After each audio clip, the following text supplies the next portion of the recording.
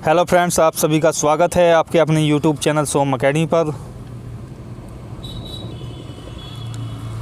दोस्तों, सोम अकेडमी आपके लिए लेकर आया है उत्तर प्रदेश पुलिस। 27 जनवरी को आपका एग्ज़ाम हुआ है 2019 को। फर्स्ट शिफ्ट का फुल पेपर सॉल्यूशन हम आपको दे रहे हैं।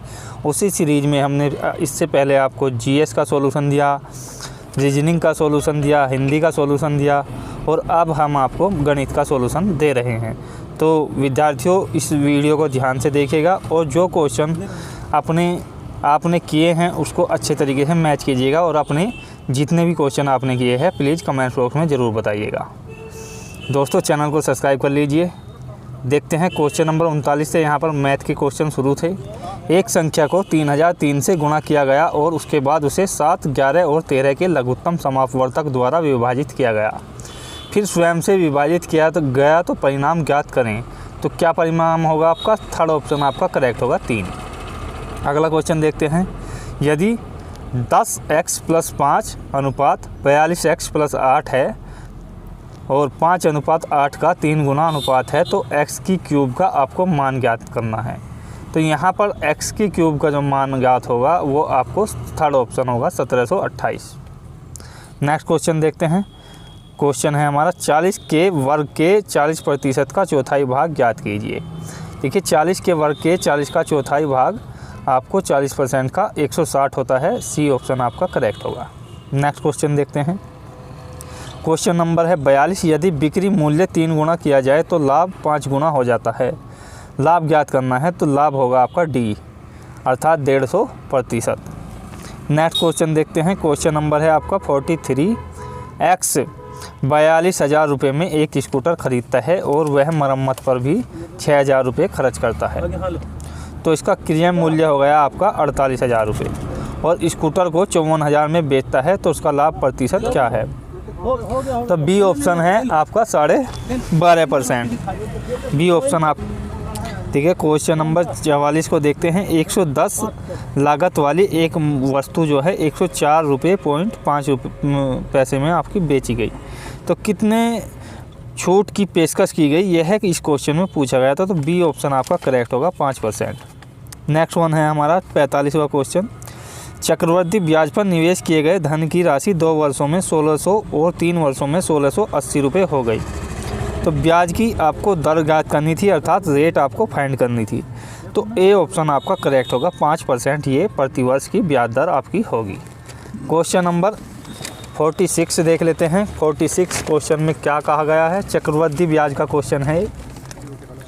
चक्रवृद्धि ब्याज पर निवेशित 25,000 की राशि एक वर्ष में अर्धवार्षिक 4% प्रतिवर्ष की दर से बढ़कर कितनी हो जाएगी? तो कितनी हो जाएगी? ये हो जाएगी आपकी 26,010 रुपये। बी ऑप्शन आपका करेक्ट होगा। तो नेक्स्ट क्वेश्चन देखते हैं। क्वेश्चन नंबर 47 है। ए ने 75,000 के साथ एक कारोबार शुरू किया। ठीक है, 75,000 रुपये के साथ एक कारोबार शुरू किया गया ए के द्वारा। बी उसमें शामिल हो गया 37,000 के साथ और वर्ष के अंत में 3:1 के अनुपात में उन दोनों को लाभ मिला, अर्थात एक को 3 और बी को 1 लाभ मिला।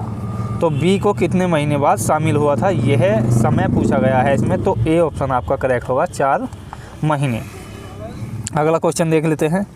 छात्र के अंक 68 के बजाय 88 के रूप में दर्ज किए गए, अर्थात गलती से 20 अंक फालतू दर्ज कर लिए गए। तो औसत में 0.5 बढ़ गए। तो छात्रों में कक्षा में छात्रों की संख्या आपकी पूछी गई थी।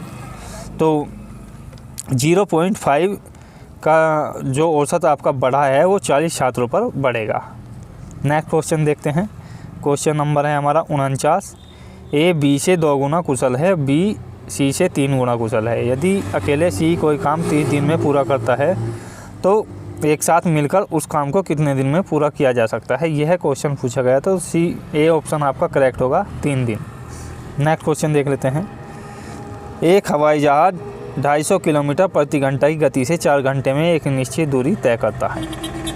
1 घंटे 40 मिनट में उसी दूरी को तय करने के लिए उसकी गति क्या होगी? तो सी ऑप्शन आपका करेक्ट होगा, 600 किलोमीटर प्रति घंटा। अगला क्वेश्चन नंबर 51 है 51। यदि एक बस किसी स्थान पर न रुके तो 1 घंटे में 45 किलोमीटर तय कर पाती है। यदि वह सभी स्थानों पर रुके तो 1 घंटे में 36 किलोमीटर तय कर पाती है। 1 घंटे में बस कितने मिनट रुकती है, यह क्वेश्चन में पूछा गया था और काफ़ी समय एक्सपेंड करने वाला क्वेश्चन था आपके लिए। तो सी ऑप्शन इसका करेक्ट होगा। तो दोस्तों वीडियो को शेयर कर दीजिएगा और लाइक भी ज़्यादा से ज़्यादा कीजिए। देखते हैं क्वेश्चन नंबर 52। किसी आयत की लंबाई और चौड़ाई का अनुपात 5:6 है। इसका क्षेत्रफल 6750 सेंटीमीटर स्क्वायर है। आयत की लंबाई और क्षेत्रफल का अनुपात ज्ञात करना था। तो आपको डी ऑप्शन यहाँ पर करेक्ट है, वह 1:90। क्वेश्चन नंबर 53 देख लेते हैं। 11 से विभाजित होने वाली सभी छोटी 4 अंकों वाली संख्या के अंकों के योग और 13 से विभाजित होने वाली सभी छोटी 4 अंकों वाली संख्या के अंकों का योग का गुणनफल ज्ञात करें। तो यहाँ पर सी ऑप्शन आपका करेक्ट होगा, 4। अगला क्वेश्चन देख लेते हैं। 13 से विभाजित होने वाली सबसे छोटी 3 अंकीय संख्या को 16 से विभाजित किया जाए तो शेषफल ज्ञात करें। तो शेषफल यहाँ पर क्या होगा, आपका डी ऑप्शन होगा, 8। 6561 के वर्गमूल को ज्ञात करके इस संख्या को अपने वर्गमूल से विभाजित किया जाता है तो परिणामी ज्ञात करें। तो परिणामी आपका क्या होगा, परिणाम होगा आपका बी अर्थात 9। क्वेश्चन नंबर 56 देख लेते हैं। किसी वृत्त के व्यास को 2 गुना किया जाए तो इसका क्षेत्रफल कितना गुना बढ़ जाएगा। देखिए व्यास अगर 2 गुना हो जाएगा तो उसका क्षेत्रफल जो है 4 गुना बढ़ जाएगा, अर्थात बी ऑप्शन आपका करेक्ट होगा। क्वेश्चन नंबर 57 देख लेते हैं। एक्स के बैंक खाते में 86.54 का शेष है और 55.31 रुपये जमा करने और 84.33 की निकासी करने के बाद शेष राशि क्या होगी। देखिए जोड़ घटाने के बाद आपका जो आंसर आएगा वो आएगा ए, 57 रुपये 52 पैसे। क्वेश्चन देख लेते हैं 58।